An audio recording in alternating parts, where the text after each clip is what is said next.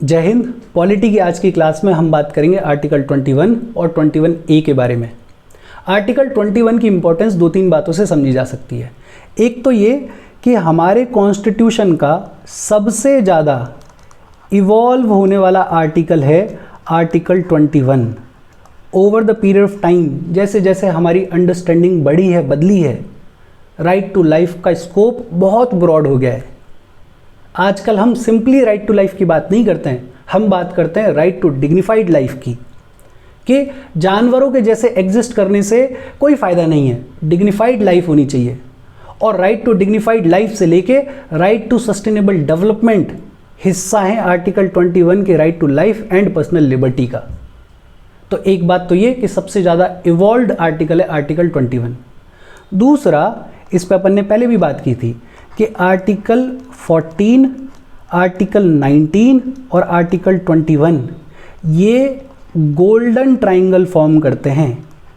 Basically rule of law के लिए बेहद असेंशियल है आर्टिकल 14, 19 और 21।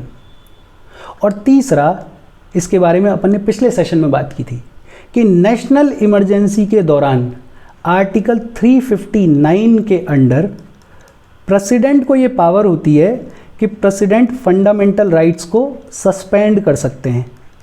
हालांकि ये स्टेटमेंट पूरी तरह से सही नहीं है, ये भी बताया गया था। फंडामेंटल राइट्स सस्पेंड नहीं होते हैं, राइट टू रेमेडी सस्पेंड हो जाता है।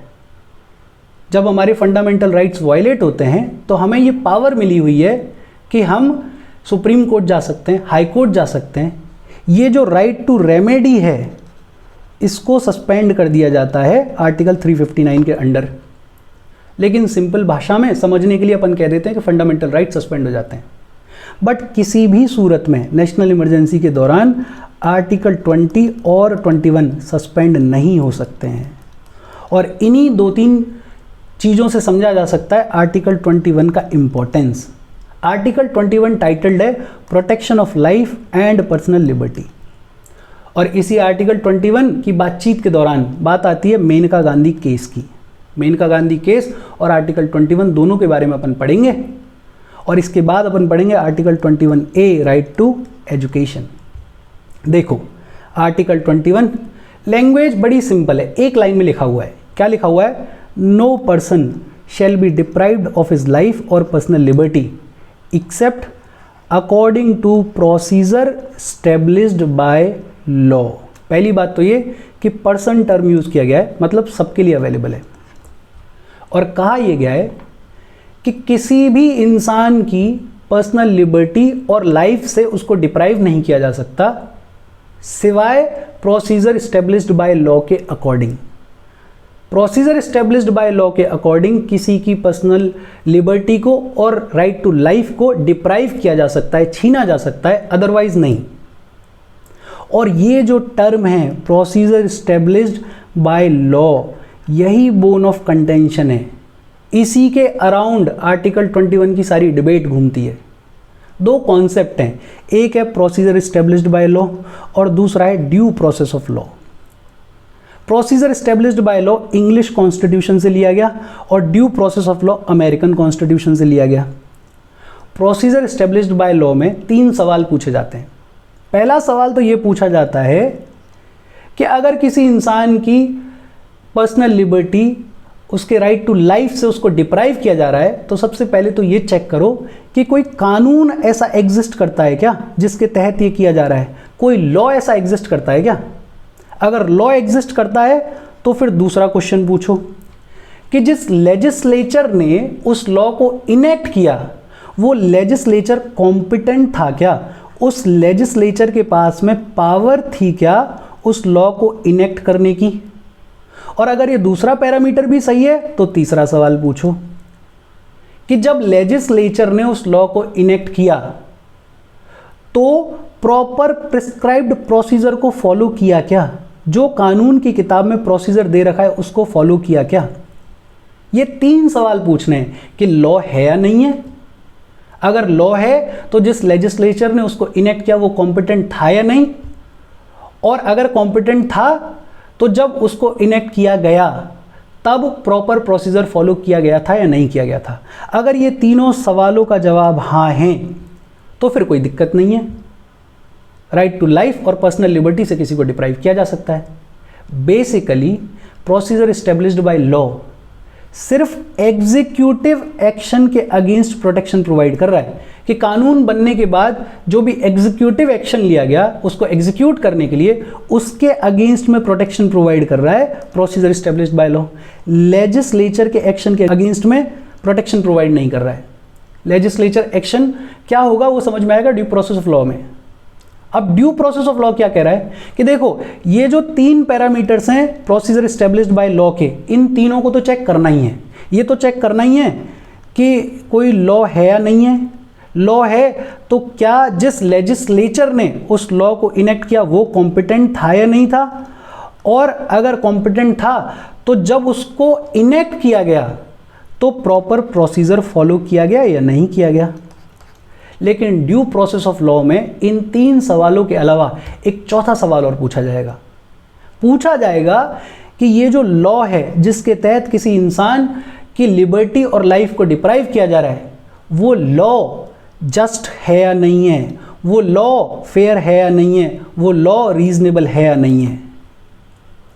मतलब एग्जीक्यूटिव एक्शन को चेक किया जाएगा और साथ ही साथ लेजिस्लेटिव एक्शन को भी चेक किया जाएगा कि ये जो कानून बनाया गया है वो फेयर है, रीजनेबल है, जस्ट है या नहीं है।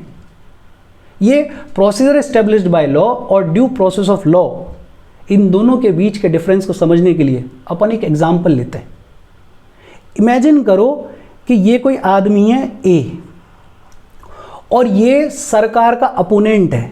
ये सरकार को जी भर के क्रिटिसाइज करता है उसकी पॉलिसीज़ के लिए, लेकिन सरकार को क्रिटिसाइज करना कोई गुनाह तो है नहीं, और सरकार चाह रही है कि किसी भी तरीके से इसकी आवाज़ बंद की जाए, और सरकार कोई लॉ लेकर आ गई और उस लॉ के तहत इस आदमी को अरेस्ट कर लिया गया। पॉलिटिकली मोटिवेटेड तरीके से कोई लॉ ले आए और इसको अरेस्ट कर लिया। ये आदमी पहुंचा कोर्ट। अब कोर्ट क्या बोल रहा है, देखो कोर्ट ये कह रहा है कि देखो प्रोसीजर एस्टेब्लिश्ड बाय लॉ में 3 पैरामीटर्स हैं। पहला तो हम चेक करेंगे कि तुम्हें अरेस्ट किया गया है तो उसके लिए कोई लॉ है या नहीं है, तो लॉ तो सरकार लेकर आई गई है। दूसरा हम चेक कर लेंगे कि जिस लेजिस्लेचर ने इस लॉ को इनेक्ट किया वो कॉम्पिटेंट है या नहीं है, उसके पास में पावर है या नहीं है।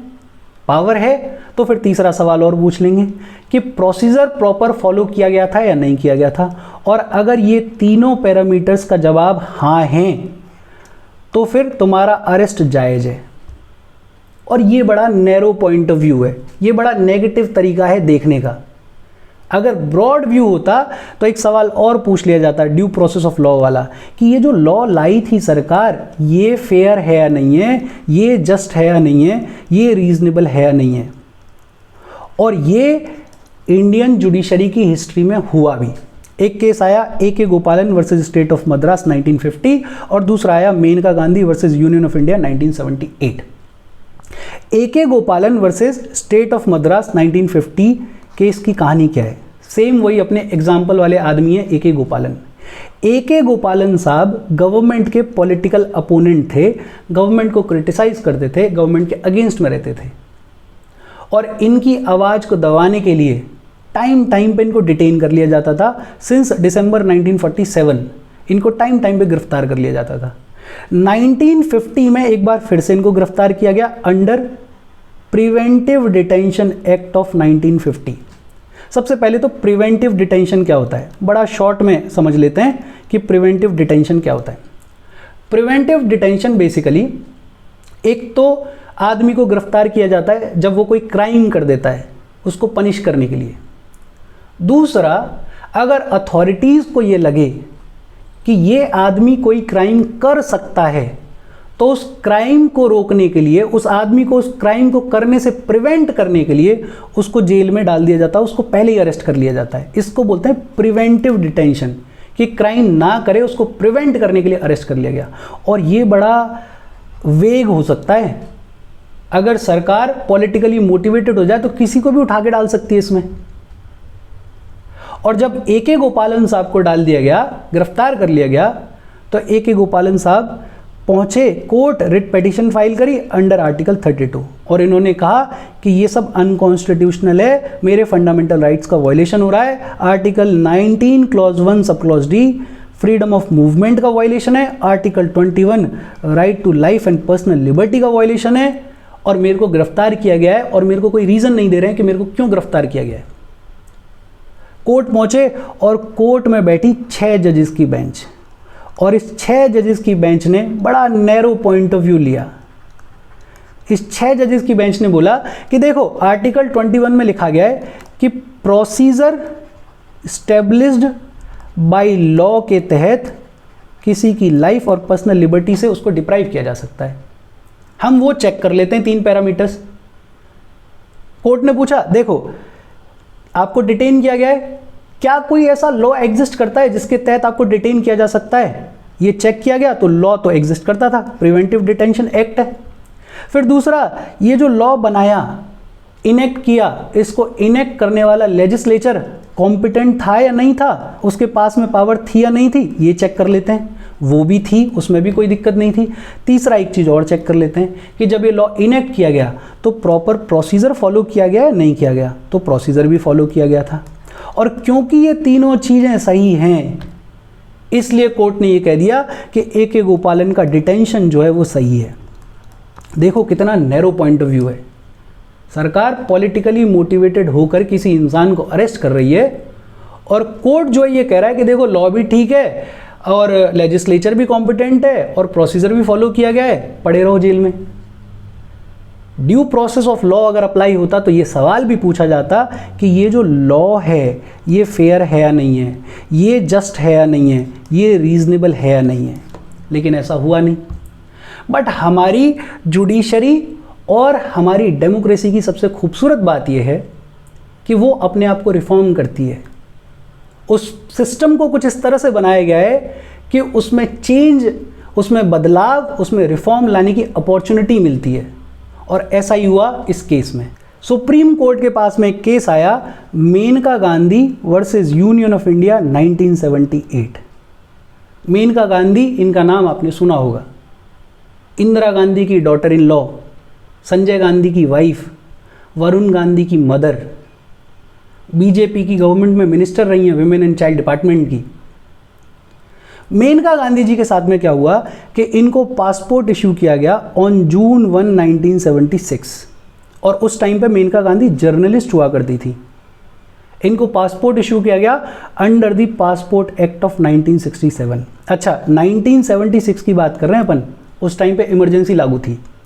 और फिर 1977 में जनता पार्टी इंदिरा गांधी को हरा के पावर में आ जाती है और नेशनल इमरजेंसी को हटाया गया, अपलिफ्ट किया गया मार्च 1977 में। और क्योंकि Maneka Gandhi daughter in law है इंदिरा गांधी की, वाइफ संजय गांधी की, तो ये बट ऑब्वियस कांग्रेस की तरफ टिल्टेड थी, इनका झुकाव कांग्रेस की तरफ था। और ये एक मैगजीन चलाया करती थी उस टाइम पे, सूर्या मैगजीन। और इस सूर्या मैगजीन में इन्होंने जनता पार्टी की गवर्नमेंट को खूब क्रिटिसाइज़ किया। इनफैक्ट एक बार तो इन्होंने उस टाइम के डिफेंस मिनिस्टर बाबू जगजीवन राम, उनके बेटे की कुछ स्कैंडलस पिक्चर्स इस मैगजीन में प्रिंट करी। तो सरकार की और इनकी तनातनी पहले से ही चल रही थी और इनको जाना था विदेश, कोई ह्यूमन राइट्स पे स्पीच देने के लिए, किसी इवेंट में पार्टिसिपेट करने के लिए। सरकार ने इनको परमिशन तो दी नहीं, साथ ही साथ क्या किया, जुलाई 2, 1977 को रीजनल पासपोर्ट ऑफिस दिल्ली से एक ऑर्डर आया इनके पास में और इनको बोला गया कि अपना पासपोर्ट सरेंडर कीजिए। बेसिकली इनको बाहर जाने से प्रिवेंट किया जा रहा है, रोका जा रहा है। इन्होंने जवाब मांगा कि मैं क्यों अपना पासपोर्ट सरेंडर करूं, तो मिनिस्ट्री ऑफ एक्सटर्नल अफेयर्स ने रीज़न देने से मना कर दिया और ये कह दिया कि जनरल पब्लिक के इंटरेस्ट में हम आपको रीज़न नहीं दे सकते हैं। देखो कितना वीकनेस है। मेनका गांधी पहुंची कोर्ट और इन्होंने रिट पिटीशन फाइल की और बोला कि मेरे फंडामेंटल राइट्स का वायलेशन हो रहा है। आर्टिकल 14 का वायलेशन हो रहा है, राइट टू इक्वलिटी। आर्टिकल 19 का वायलेशन हो रहा है, right to freedom of speech and expression. और article 21 right to life and liberty का वायलेशन हो रहा है। और अगर अपने को याद हो तो अपने आर्टिकल 19 में जब फ्रीडम ऑफ मूवमेंट के बारे में पढ़ा था तो देखा था कि मूवमेंट के दो डायमेंशंस हैं, एक है इंटरनल और दूसरा है एक्सटर्नल। इंटरनल मतलब कोई देश में ही घूम रहा है, देश का सिटीजन, और उससे डील करता है आर्टिकल 19। और एक्सटर्नल मतलब कि कोई इंडियन सिटीजन इंडिया के बाहर गया और फिर वापस आ रहा है, ये जो मूवमेंट है इसको बोलते हैं एक्सटर्नल, और इससे डील करता है article 21।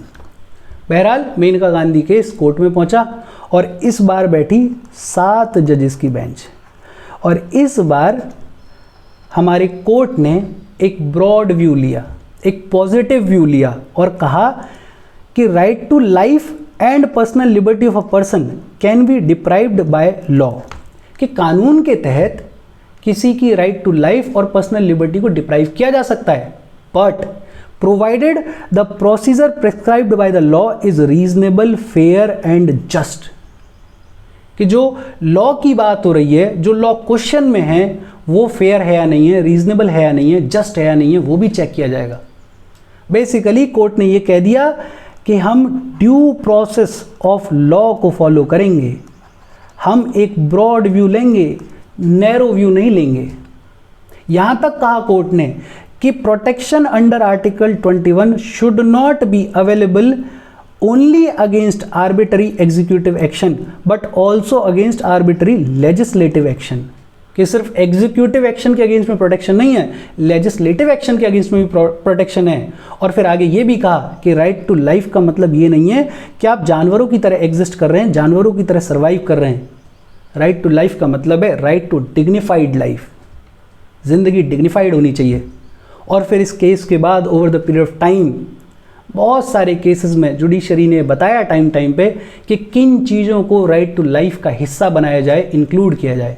For example, right to dignified life, right to free education up to 14 years of age, 14 साल तक बच्चे को राइट टू फ्री एजुकेशन है, ये आर्टिकल 21 के तहत आता है। राइट टू प्राइवेसी, कोई आपकी प्राइवेसी को वायलेट नहीं कर सकता, आर्टिकल 21 में ये राइट है। Right against cruel punishment, punish किया जा सकता है किसी क्राइम के लिए लेकिन क्रूअली नहीं किया जा सकता। राइट अगेंस्ट हैंड कफिंग, किसी को ह्यूमिलिएट करने के लिए, जलील करने के लिए, बेइज्जत करने के लिए अगर हथकड़ी लगाई जा रही है तो उसको राइट है against handcuffing. Right to health, right to health भी आर्टिकल 21 में प्रोटेक्टेड है। Right against solitary confinement, torture करने के लिए किसी को बहुत छोटे से कमरे में बंद कर दिया है पुलिस अथॉरिटीज़ ने वगैरह ने, तो उसके अगेंस्ट में राइट है, right against solitary confinement. Right against custodial violence, custody में वायलेंस नहीं किया जाएगा, मारपीट नहीं की जाएगी। Right to fair and speedy trial, trial जो है वो फेयर हो और स्पीडी हो, हालांकि इस पे सवालिया निशान है, बट बहरहाल। Right against denial of wages, right against arbitrary dismissal, कि आपको अनरीजनेबल ग्राउंड्स पर डिसमिस कर दिया गया है, उसके अगेंस्ट में आपके पास में राइट है। राइट टू इंफॉर्मेशन, इसके बारे में तो अपने को पता ही है। Right to corruption free administration, ये भी राइट है अंडर आर्टिकल 21। और कोइंसिडेंस कह लो या अनफॉर्चुनेट कह लो कि हमारे एडमिनिस्ट्रेशन का सबसे बड़ा प्रॉब्लम भी करप्शन ही है।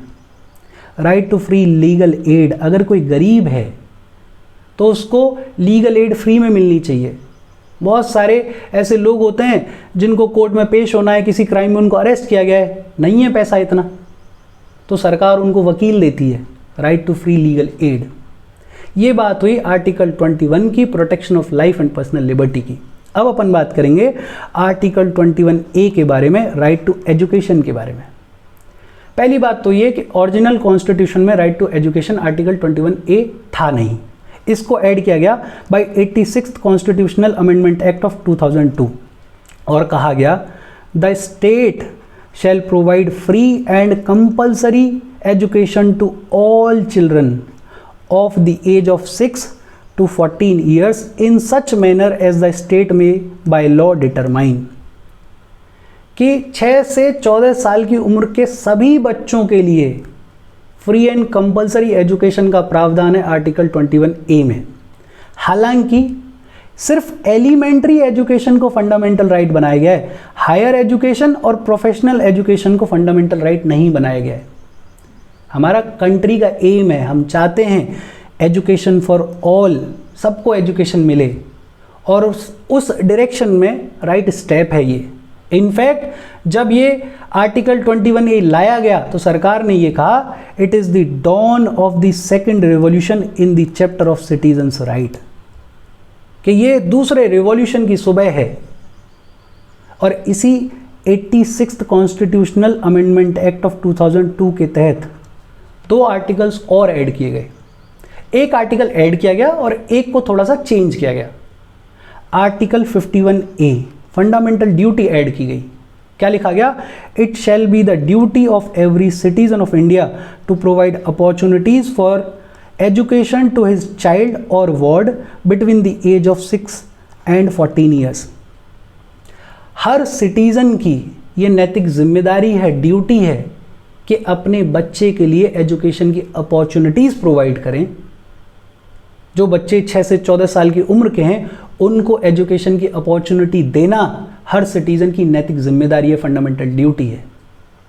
और आर्टिकल 45 DPSP, ये पहले इसकी लैंग्वेज कुछ और थी, बड़ा सिंपली ये लिखा हुआ था, free and compulsory education to all. इसकी लैंग्वेज थोड़ी सी बदली गई और आज की डेट में ये कहता है, the state shall endeavour to provide early childhood care and education for all children until they complete the age of 6 years। ये स्टेट की जिम्मेदारी है कि 6 साल तक के बच्चों के लिए अर्ली चाइल्डहुड केयर और एजुकेशन प्रोवाइड करे। ये कहा गया आर्टिकल 45 में। हालांकि DPSP है, नॉन एनफोर्सेबल है, नॉन जस्टिसेबल है, बट हाँ कानून में है, कॉन्स्टिट्यूशन में है। बट ऐसा नहीं है कि सिर्फ 86th कॉन्स्टिट्यूशनल अमेंडमेंट एक्ट के साथ ही राइट टू एजुकेशन की बातचीत शुरू हुई। इससे पहले भी सुप्रीम कोर्ट ने 1993 में ही कह दिया था कि आर्टिकल 21 के अंडर, राइट टू लाइफ के under, primary education fundamental right है। अभी अभी अपन देख कर आए थे, right to free education until the age of 14 years. एक और केस आया सुप्रीम कोर्ट के सामने इस 1993 के केस से पहले 1992 में, और उसमें भी सुप्रीम कोर्ट ने यह कहा कि एजुकेशन फंडामेंटल राइट है, लेकिन education up to any level, कि किसी भी लेवल तक एजुकेशन फंडामेंटल राइट है। प्रोफेशनल एजुकेशन जैसे मेडिकल और इंजीनियरिंग को भी इंक्लूड कर लिया गया इसमें। और ये अपने आप में दिक्कत वाली बात थी, इसको ओवर रूल किया गया। इसको ओवर रूल किया गया 1993 में। दिक्कत वाली बात इसलिए थी बिकॉज एक ऐसी कंट्री जो कि अभी ज़्यादा दिन नहीं हुए इंडिपेंडेंट हुए, जिसमें इलिटरेसी बहुत ज़्यादा है, पॉवर्टी बहुत ज़्यादा है, रिसोर्सेज की कमी है, पॉपुलेशन ज़्यादा है, वहाँ सबको फ्री एजुकेशन प्रोवाइड करना including higher education, higher levels, अपने आप में बड़ा चैलेंज था। और फिर करप्शन इतना डीप रूटेड, खूब बढ़िया इकोनॉमिकली समृद्ध परिवार जिनके पास पैसा है, स्कूल जाएंगे और कहेंगे कि हम गरीब हैं, हमें तो फ्री एजुकेशन दो, पैसा देने को तैयार ही नहीं है लोग। तो ऐसे में बड़ा चैलेंज था कि हायर एजुकेशन को फ्री किया जाए, और इसीलिए ये सोचा गया, ये डिसाइड किया गया कि 14 तक तो फ्री रखो, उसके बाद फिर इकोनॉमिक कैपेसिटी के हिसाब से लोग पढ़ते ही हैं। पार्लियामेंट ने इस डायरेक्शन में कुछ स्टेप्स भी लिए, जैसे पार्लियामेंट लेकर आया right of children to free and compulsory education, RTE act 2009, और ये एक्ट बात करता है that every child has the right to be provided full time elementary education of satisfactory and equitable quality in a formal school which satisfies certain essential norms and standards। हर बच्चे को full time elementary education मिलनी चाहिए, उसको अधिकार है ऐसे school में जो कि सर्टेन नॉर्म्स को सेटिस्फाई करता है, फुलफिल करता है। एक क्वालिटी एजुकेशन मिले, अच्छी एजुकेशन मिले, ये ज़रूरी है समाज के डेवलपमेंट के लिए, ये ज़रूरी है ओवरऑल नेशन के डेवलपमेंट के लिए। और यही बात आगे कही गई, this legislation is anchored in the belief that the values of equality, social justice and democracy and the creation of just and human society can be achieved only through the provision of inclusive elementary education to all, और इसके साथ article 21A खत्म हो गया। 21 और 21A दोनों अपन ने पढ़ लिए। यहाँ तक कोई डाउट हो तो please comment. Thank you very much.